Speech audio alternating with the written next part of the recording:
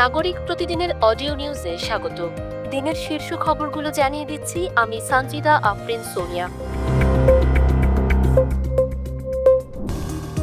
হাম ও হামির উপসর্গ নিয়ে গত এক মাসে সারা দেশে 198 শিশুর মৃত্যু হয়েছে। এর মধ্যে নিশ্চিত হামের মৃত্যু হয়েছে 32 ও হাম সন্দেহে 166 শিশুর। একই সময় হাম ও হামের উপসর্গ নিয়ে দেশের বিভিন্ন হাসপাতালে ভর্তি হয়েছে 12,398 শিশু এবং হাম শনাক্ত হয়েছে 2,973 জনের। বুধবার স্বাস্থ্য অধিদপ্তরের সর্বশেষ প্রতিবেদন থেকে এসব তথ্য জানা গেছে। এই হিসাব গত 15 মার্চ সকাল 8টা থেকে আজ 15 এপ্রিল সকাল 8টা পর্যন্ত সময়ের। এছাড়া গত 24 ঘন্টায় সারা দেশে হাম ও হাম সন্দেহে 3 শিশুর মৃত্যু হয়েছে। এর মধ্যে নিশ্চিত হামে মৃত্যু হয়েছে একজনের।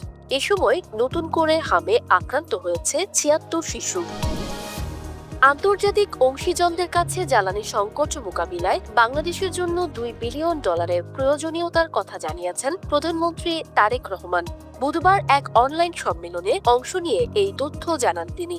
প্রধানমন্ত্রীর পররাষ্ট্র বিষয়ক উপদেষ্টা হুমায়ুন কবির জানান, প্রধানমন্ত্রী আন্তর্জাতিক অংশীজনের কাছে জ্বালানি সংকট মোকাবিলায় বাংলাদেশের জন্য $2 বিলিয়ন প্রয়োজনের কথা জানিয়েছেন। এজেক সম্মেলনে অংশ নেওয়া দেশগুলো ভবিষ্যতে জ্বালানি সংকট মোকাবিলায় একসঙ্গে কাজ করার বিষয়ে সম্মত হয়েছে বলেও জানান পররাষ্ট্র বিষয়ক উপদেষ্টা। জাতীয় মুক্তিযোদ্ধা কাউন্সিল প্রতিষ্ঠার পর থেকে এ পর্যন্ত মুক্তিযোদ্ধা গেজেট, লাল মুক্তিবার্তা ও ভারতীয় তালিকা থেকে মোট 6,476 জনের নাম বাতিল করা হয়েছে বলে জানিয়েছেন মুক্তিযুদ্ধ বিষয়ক মন্ত্রী আহমেদ আজম খান। বুধবার জাতীয় সংসদে এক প্রশ্নের লিখিত জবাবে মন্ত্রী এ তথ্য জানান।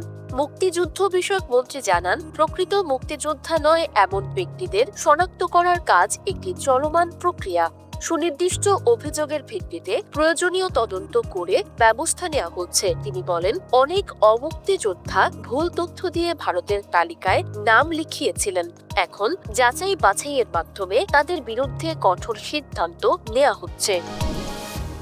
দেশি ইংলিশ মিডিয়াম স্কুলগুলোতে শিক্ষার্থীদের কাছ থেকে বিপুল অঙ্কের ফি আদায় করা হচ্ছে জানিয়ে শিক্ষামন্ত্রী ডক্টর আনম এহসানুল হক মিলন বলেছেন, বাংলাদেশে ইংলিশ মিডিয়াম শিক্ষা থাকবে, এটা স্বাভাবিক, কিন্তু তা শিক্ষা মন্ত্রণালয়ের বিধি বিধানের বাইরে থাকবে, এটা কোনোভাবেই গ্রহণযোগ্য নয়। বুধবার সিলেটে এসএসসি ও সমমান পরীক্ষা উপলক্ষে আয়োজিত কেন্দ্র সচিবদের সঙ্গে মতবিনিময় সভায় প্রধান অতিথির বক্তব্যে তিনি এসব কথা বলেন। শিক্ষামন্ত্রী মিলন বলেন, এই খাতকে জবাবদিহির আওতায় আনতে ইতোমধ্যে সংশ্লিষ্ট উদ্যোক্তা ও প্রতিনিধিদের সঙ্গে একাধিক দফায় বৈঠক করা হয়েছে এবং একটি কার্যকর রেগুলেটরি বোর্ড গঠনের বিষয়েও আলোচনা চলছে। রাজধানীর মতিঝিলে শাপলা চত্বরে 2013 সালের 5 মে হেফাজতে ইসলামের সমাবেশে গণহত্যার দায়ে হওয়া মানবতাবিরোধী অপরাধের মামলায় এবার আসামি হচ্ছেন সাবেক আইজিপি চৌধুরী আব্দুল্লাহ আল মামুন। এ ঘটনায় তার সম্পৃক্ততা পেয়েছে তদন্ত সংস্থা।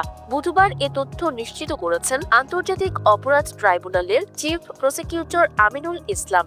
প্রসিকিউশন জানায়, 2013 সালে মতিঝিলের শাপলা চত্বরে হেফাজতে ইসলামের মহা সমাবেশে বিচার বহির্ভূত হত্যাকাণ্ডে তৎকালীন র্যাবের কর্মকর্তা সাবেক আইজিপি চৌধুরী আব্দুল্লাহ আল মামুনের সম্পৃক্ত থাকার তথ্য পেয়েছে তদন্ত সংস্থা। তাকে এ মামলার আসামি করা হবে। ইরানের গোয়েন্দা মন্ত্রণালয় দেশজুড়ে অভিযান চালিয়ে ইসরায়েলি গোয়েন্দা সংস্থা মোসাদের সঙ্গে যুক্ত থাকার অভিযোগে 35 ব্যক্তিকে গ্রেফতার করার দাবি করেছে। ইরানের রাষ্ট্রীয় সংবাদ সংস্থা ইরনাতে প্রকাশিত এক বিবৃতিতে এই তথ্য নিশ্চিত করা হয়েছে। বিবৃতিতে বলা হয়েছে, দেশের মোট 6টি প্রদেশে অভিযান চালিয়ে এই ব্যক্তিদের আটক করা হয়। গ্রেফতারকৃতদের মধ্যে কেবল মোসাদের হয়ে গুপ্তচর বৃত্তিতে জড়িত ব্যক্তিরাই নয়, বরং অস্ত্র পাচারকারী এবং বিভিন্ন বিচ্ছিন্নতাবাদী গোষ্ঠীর সদস্যরাও রয়েছে বলে মন্ত্রণালয় দাবি করেছে। ইরানের পক্ষ থেকে জানানো হয়েছে, দেশের অভ্যন্তরীণ নিরাপত্তা ও স্থিতিশীলতা নষ্ট করার লক্ষ্যে এই গোষ্ঠীগুলো সক্রিয় ছিল। মাত্র ১ বছরের কম সময় আগে প্রিমিয়ার লিগ শিরোপা জিতেছিল লিভারপুল। এরপর সাফল্যের সাম্রাজ্য বড় করতে দল বদলে তারা খরচ করল রেকর্ড ৪৮ কোটি ১৯ লাখ ইউরো। ইউরোপ থেকে বাছাইকৃত তারকাদের নিয়ে দল সাজিয়ে শুরুটাও ভালোভাবে করে তারা, কিন্তু প্রিমিয়ার লিগে টানা ৫ ম্যাচ জেতার পরই পথ হারায় অ্যানফিল্ডের ক্লাবটি। সেই যে পথ হারিয়েছে, তারপর হারানো সেই পথটা আর খুঁজে পাওয়া হলো না লিভারপুলের। চলতি মৌসুমে সব শিরোপাই হাতছাড়া হলো তাদের।